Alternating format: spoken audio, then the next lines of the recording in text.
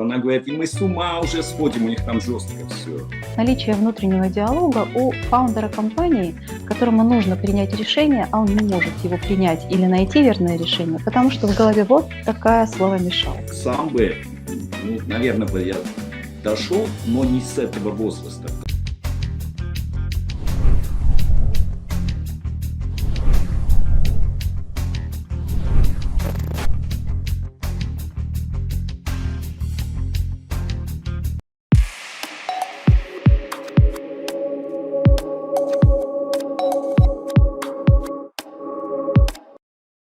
Арман Грантович, привет. Галина Николаевна, я вас приветствую. Знаете, очень интересную вещь наблюдаю, что реально люди сходят с ума. Я вчера с Германией разговаривал со знакомой. Она говорит, и мы с ума уже сходим, у них там жестко все. Я говорю, объясни, а в чем вот то, что ты сходишь с ума? Что тебе не дают выйти на улицу? Нет, мне дают выйти, но я хочу туда, хочу с кем-то пообщаться. То есть, знаете, вот очень интересную наблюдаю вещь, что люди настолько оказались нецелостными, то есть находиться в каком-то закрытом пространстве, да, для них это очень сильный дискомфорт.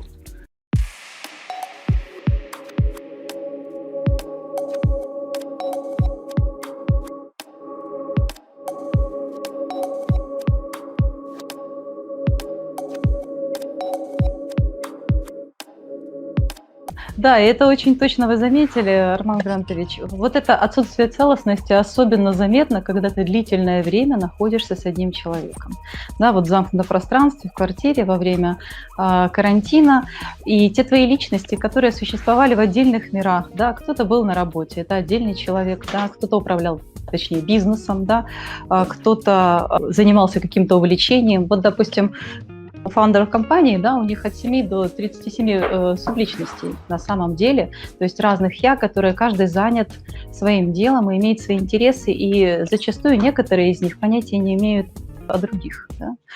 И вот интересная история. Вы хотите сказать, что вот 37, грубо говоря, человек живут в этом человеке, и они, как вот в многоэтажке, да, даже не здороваются друг с другом. Вот это так? Да, да, да. Это скорее, знаешь, похоже, Арман, на цыганский поселок, больше, чем на цивилизованную многоэтажку, потому что зачастую многие здесь конфликтуют друг с другом. Все друг друга знают. Да, это правда. Вот это точный элемент. Да, что характерно для субличностей, то нам действительно есть совершенно незнакомые люди. И когда человек остается один, да, или же наедине со своим близким партнером, семьей, он неизбежно сталкивается с этими противоречивыми личностями внутри тебя.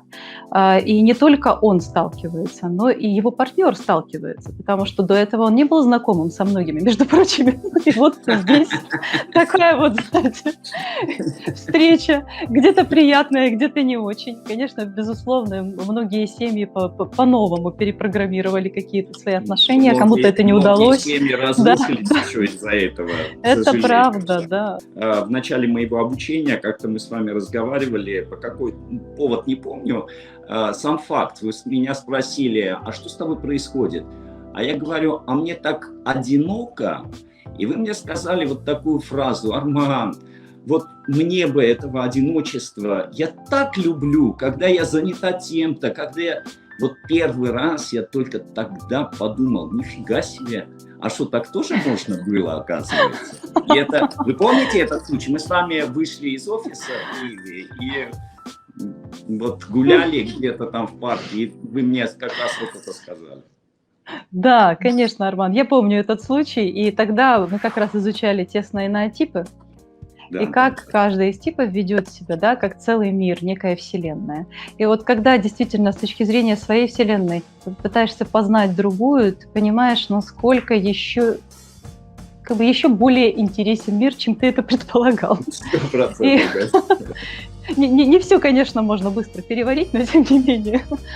Мне задают вопрос, а по каким обычно ситуациям или по каким запросам обращаются к траблшутеру?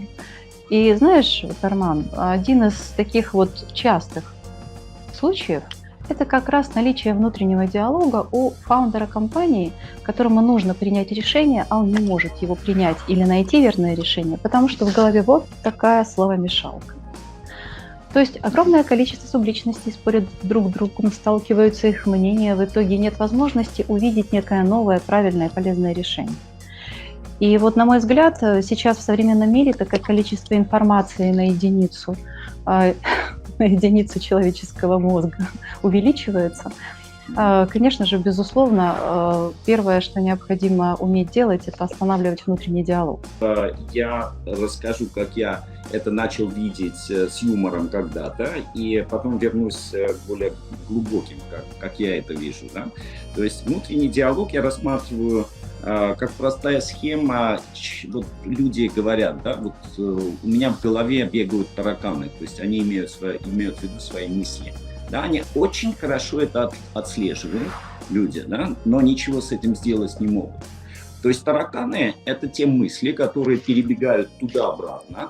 Да? При этом, что мы наблюдаем, у меня есть практика в жизни в коммуналке, там небольшая, но как бы я это видел, да, что антисанитария, разгул, вот, ничего не делается для того, чтобы, это чужая была квартира, да, ничего не делается для того, чтобы их как-то вывести, так и с мыслями, да, для того, чтобы остановить внутренний диалог, нужно как минимум провести уборку.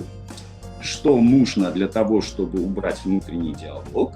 Его нужно, наверное, увидеть, потому что я считаю, что внутренний диалог порождает эго человека. То есть сначала нужно увидеть свое эго, работать с ним, и как раз это будет решение по остановке внутреннего диалога. Роман Грантович, прекрасно вы ответили на этот вопрос. Все верно. То есть как мы можем остановить лошадь, если мы ее не видим? Это очень логично. Как можно остановить внутренний диалог, если мы не видим сталкивающихся внутри своей головы мыслей, в прямом смысле этого слова? Мы просто являемся рабами тех эмоциональных состояний, которые порождают внутренний диалог. Да, ведь зачастую в чем проблема-то внутреннего диалога? Даже не в тех конфликтах смыслов, которые в этот момент мы наблюдаем, а в том, что это повергает нас в различные эмоции, такие как страх, рождающий оцепенение, и я не могу в этот момент правильно действовать, быстро действовать точно. Да? Это самосожаление, которое откатывает мышление в прошлое и лишает абсолютно сил и ресурса. Да? Это обиды, совершенно идиотские, не побоюсь этого слова сказать, эмоции, которые совершенно лишены смысла. Но тем не менее, внутренний диалог, тесно связанный с негативными эмоциями, порождает, конечно, чудовищ. Процитирую я классика внутри нас. Да. И по факту вот вы абсолютно правильно говорите, так и есть. Вначале нужно увидеть, что же внутри тебя происходит и почему сейчас так, допустим, низко упала личная продуктивность, или почему я вдруг уперся в потолок, который не могу преодолеть, да? Или почему в моей жизни ничего не меняется, или как бумеранг возвращаются одни и те же факапы, и я не могу никак их преодолеть. Вот все-таки секрет ответов на все эти вопросы, он лежит внутри. Вот, Роман Грантович, скажите мне, да, вот я хотела задать вопрос. Вот ваши друзья, фаундеры, насколько вообще сейчас интересуются темой медитации, понятиями внутреннего диалога и внутренней работы? Спасибо за вопрос, Галина Николаевна. Знаете, как я отвечу? Еще 2 года назад не было так, как это происходит сегодня. То есть локдауны, ковиды и так далее заставили людей немножко изменить свое восприятие. И вот мы раньше говорили о том, остаться наедине с собой и начать видеть совершенно немножко по-другому. Да? То есть взгляд на жизнь стал меняться. Но скажу, что сложно. Почему? Объясняю это тем, что все же человек по природе эгоистичен, и эго просто не позволяет, то есть есть пелена, да, которая не позволяет увидеть истину. И каждое вот такое непостижимое для человека начинает становиться что-то запредельным и невероятным. То есть такого существовать не может. это вот как раз и есть иллюзия и заблуждение человечества, на мой взгляд, это моя трактовка, то, что происходит. Но есть подвижки, люди с интересом начинают смотреть, наблюдать, в том числе и на меня, потому что, я в школе Shopsite Technology уже 2-й год, и изменения просто налицо. Я это сам ощущаю и очень благодарен Shopsite Technology. Спасибо, Арман. Да, это технологии фантастические, просто фантастические. Сам бы, наверное, бы я дошел, но не с этого возраста, в котором я сейчас нахожусь. То есть мне времени бы сейчас не хватило. Если бы я этим бы занялся в 20 лет, наверное, бы какой-то результат к моей старости бы был. А так я благодарен технологиям, которые позволили мне увидеть жизнь совершенно с другой стороны.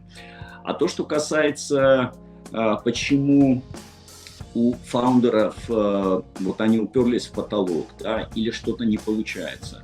Как я заметил, это энергетические вопросы. Это опять же мое мнение, что любой внутренний диалог – это потеря внутренней энергии, которую мы сами генерируем.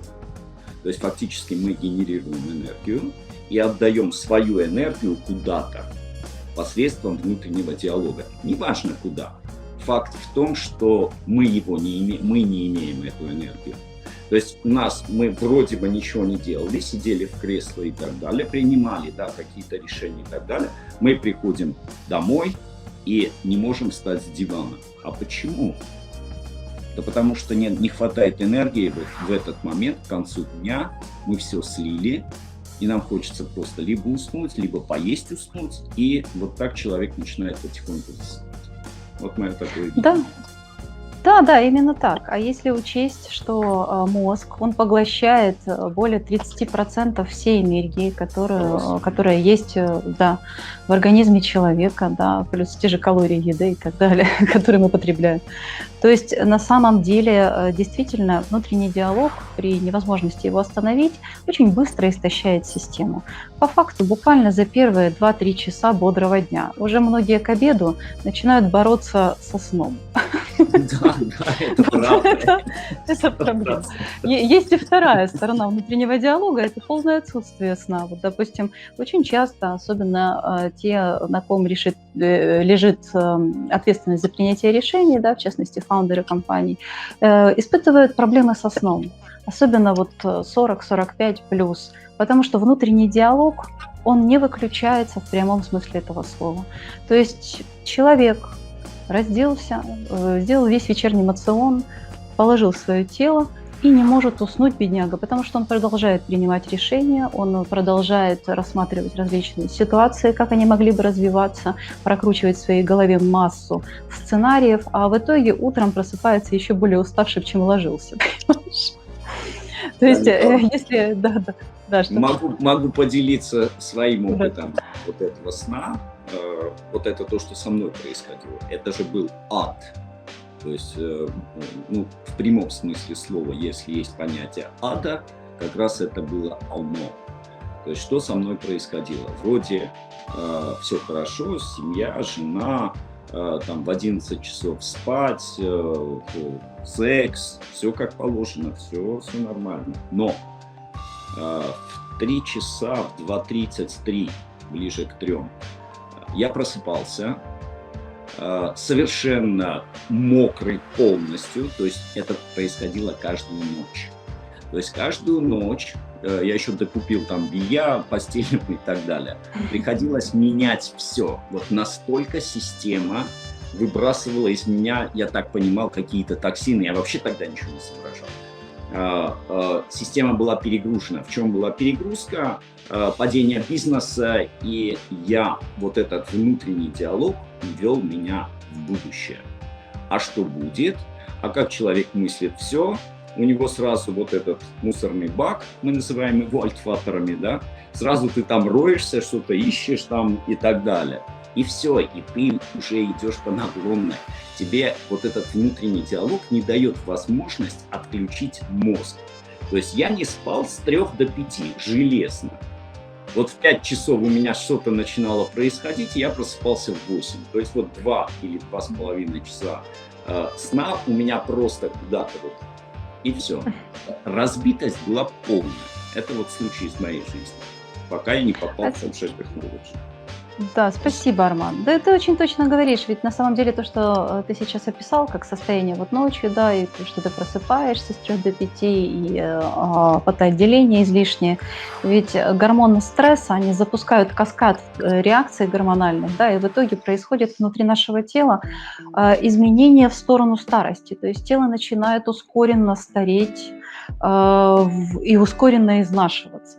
То есть стресс, которым сбрасывает в наш организм внутренний диалог, он, конечно, приносит непоправимый урон нашему здоровью. Поэтому и я думаю, ты по-дружески всем рекомендуешь здравомыслящим людям останавливать внутренний диалог. Я всем рекомендую, я не разбираюсь, здравомыслящие. Мы любим всех, вы знаете.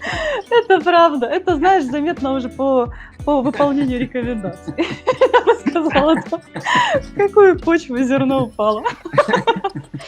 Это правда. Да, в общем, внутренний диалог – это, конечно, действительно как никогда актуальная тема. И я буду рада, если мы будем возвращаться с тобой к этой теме и каждый раз, возможно, давать какой-то новый лайфхак, новое понимание об этом нашим зрителям. Благодарю. Спасибо. Сегодня было просто замечательно. Спасибо за эту правильную, глубокую и очень актуальную тему, такую как внутренний диалог и связь внутреннего диалога со стрессом. Я была у тебя очень рада видеть. До новых встреч. Галина Николаевна, благодарю вас, рад встрече и надеюсь, что мы чаще будем встречаться в эфире. Спасибо.